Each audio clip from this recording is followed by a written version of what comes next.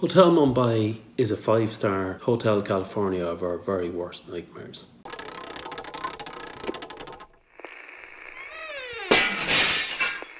Because of the multitude of attacks by Islamic terrorism in Europe and in America over the last couple of years, we do have this fascination with acts of terrorism and probably an overreaction. I mean, to take it logically, we're probably more likely to be struck by lightning than to be engaged in a terrorist attack. However, it has a disproportionate reaction, and that in a way makes the perpetrators of this all the more powerful and all the more successful in what they want to do, which is to spread terror, because the general populace tend to overreact and cancel flights and holidays to Paris and beautiful cities like that as a result. Feed into that morbid fascination that we have with terrorist attacks.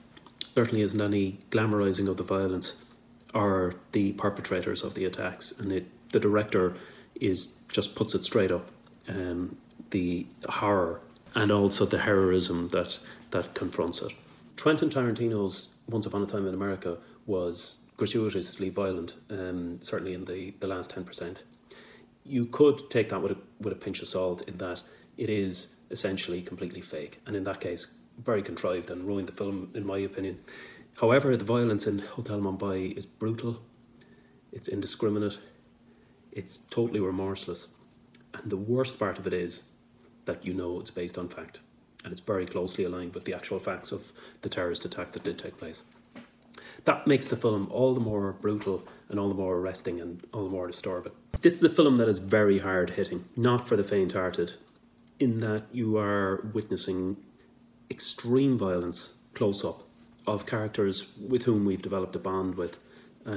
Some are disagreeable characters, but most are normal human beings going about business or family holidays. The aspects which relieve that are the themes of loyalty, but also a theme of heroism. There are moments of extreme heroism throughout the film whereby ordinary people, particular ordinary hotel staff, do extraordinarily brave acts in order to save the guests at the hotel. And while we might question some of their decisions throughout the hotel attack, I mean, it's difficult to know whether the decisions were the right ones, in that they, at one moment in the hotel when the attack has happened, they make the decision to move guests upstairs to the 6th floor.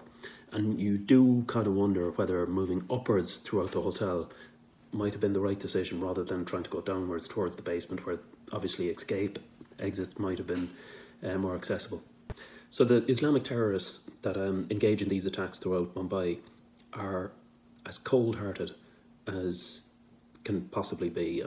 Their execution of the people is totally indiscriminate and heartless, and there's no sign of any remorse whatsoever. In fact, they're all communicated with by the controller, who is the bull, and he directs them to execute the people as much as possible. He, in fact, it says the world is watching, and he in fact encourages them to put them up against a window so that the news cameras outside can see the executions as they happen. So it is as brutal and unforgiving as can be. The director, I think, tries to introduce some element of humanity into the attackers by showing one particular attacker who does start doubting his mission. He rings his family, and he starts to doubt whether the money that has been promised to them by the master controllers, the bull, will be paid to their family after they engage in the suicide mission. So he rings his family, and it's a very emotional moment for him. It's the first time we see any emotion from the attackers, and he rings his family, and his family are saying how proud they are of him. He asks them, have they transferred the money yet? And his father says that they haven't.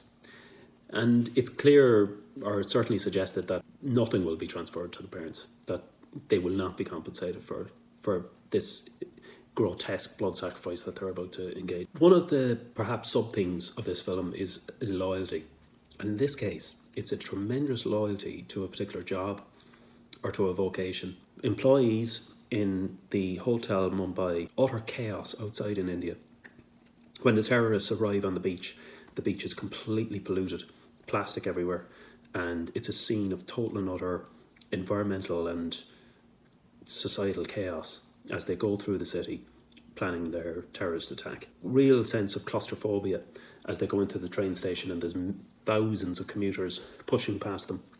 And you do get that feeling of complete impending doom. You know how magnified it's going to be given the scale of population density.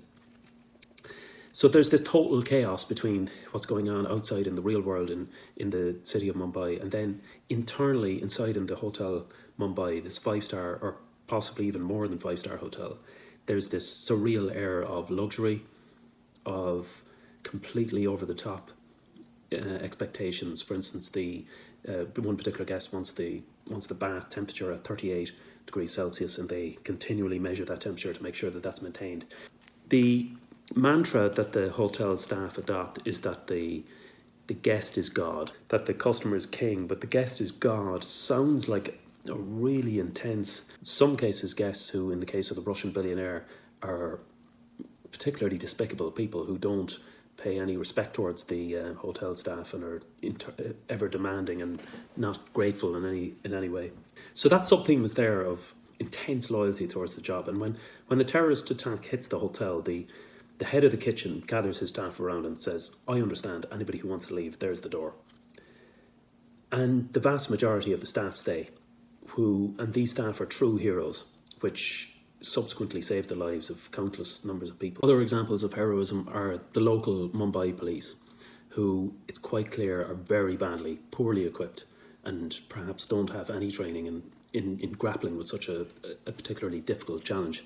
However, they're resolved to go in and challenge it head on in any case.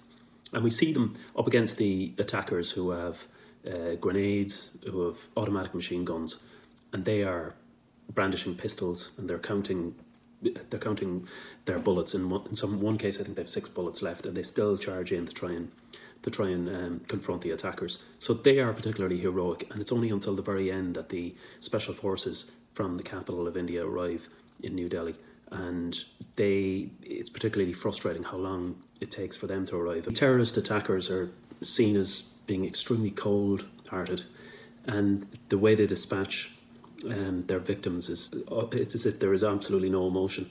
They eat from the restaurant and taste some of the desserts, while at the same time machine gunning guests, and it's completely nonchalant. And it shows throughout the film the brainwashing that they receive from their controller, the bull, who encourages them to push the violence to ever more extreme levels. He encourages them to that these are just infidels and they're worth nothing. He tries to totally dehumanize their victims. This distribution-wise, this film is a sign of the times in that it's a Sky Cinema production. So it'll be released in cinemas, but also on Sky TV at the same time. So it's probably a model of how films will be released in the future, so that the online Netflix and other packages will be releasing films as well as probably competing with the cinema, or else distributing in parallel. So this is a pretty intense, sometimes gruesome, very violent film, which is peppered with moments of extreme heroism against extreme violence. Gives us some hope in that it does show the beauty of the human spirit in its capability of extreme bravery and extreme heroism in the face of mindless terrorist attack.